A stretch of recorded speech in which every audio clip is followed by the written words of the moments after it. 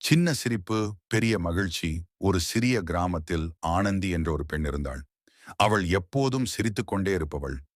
எந்த பிரச்சனையிலும் கூட அவளின் முகத்தில் சிரிப்பு மறையாது. ஒரு நாள் கிராம பள்ளியில் புதிய ஆசிரியர் ரவி வந்தார். அவருக்கு அந்த பள்ளி மாணவர்கள் அனைவரும் சுறுசுறுப்பில்லாமல் இருப்பது கவலையாயிருந்தது. ஆனால் ஆனந்தி மட்டும் எப்போதும் உற்சாகமாகவும் அனைவரையும் சிரிக்க வைப்பவளாகவும் இருந்தாள். அந்த சிரிப்பு ஒரு நாள் ரவியையும் பாதித்தது. அவர் கேட்டார், ஆனந்தி, எப்போ பார்க்கும் பொழுதும் சிரிக்கிறே, உனக்கு கோபம் வராதா? ஆனந்தி சிரித்துக்கொண்டே சொன்னாள், வரும் சார். ஆனால் சிரிச்சா கோபமும் தப்பிச்சிடும். சிரிப்புதான் எல்லா பிரச்சனைக்கும் மருந்து. அந்த நாளில் இருந்து ரவி சார் கூட மாணவர்களுடன் சேர்ந்து சிரிக்கத் தொடங்கினார். அந்த பள்ளி முழுக்க மகிழ்ச்சி நிரம்பிவிட்டது. இறுதியில் ரவி சார் சொல்லினார், ஆனந்தி, நீ எனக்கு ஒரு பாடம் கற்றுக் கொடுத்தாய்.